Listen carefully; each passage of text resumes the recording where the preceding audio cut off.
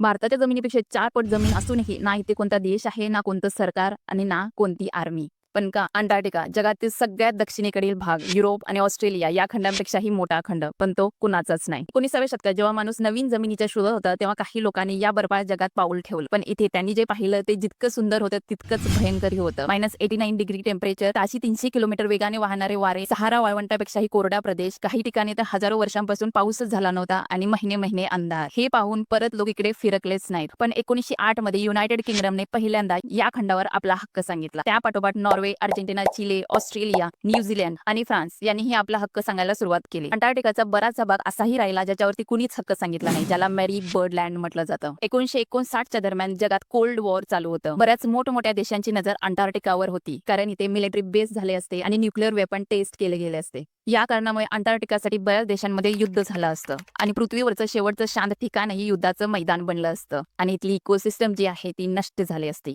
आणि हे टाळण्यासाठी 12 देश एकत्र आले आणि त्यांनी एक ऐतिहासिक करार केला. ज्या करारामुळे अंटार्क्टिकावर कोणत्याही देशाचा मालकी हक्क राहिला नाही. अंटार्क्टिका एक न्यूट्रल झोन बनला, ज्याचा उपयोग फक्त सायंटिफिक रिसर्चसाठी केला जातो. या कराराने जगाला हे दाखवून दिलं की काही जागा ज्या आहेत त्या कधीच जिंकायच्या नसतात, तर त्या जपायच्या असतात.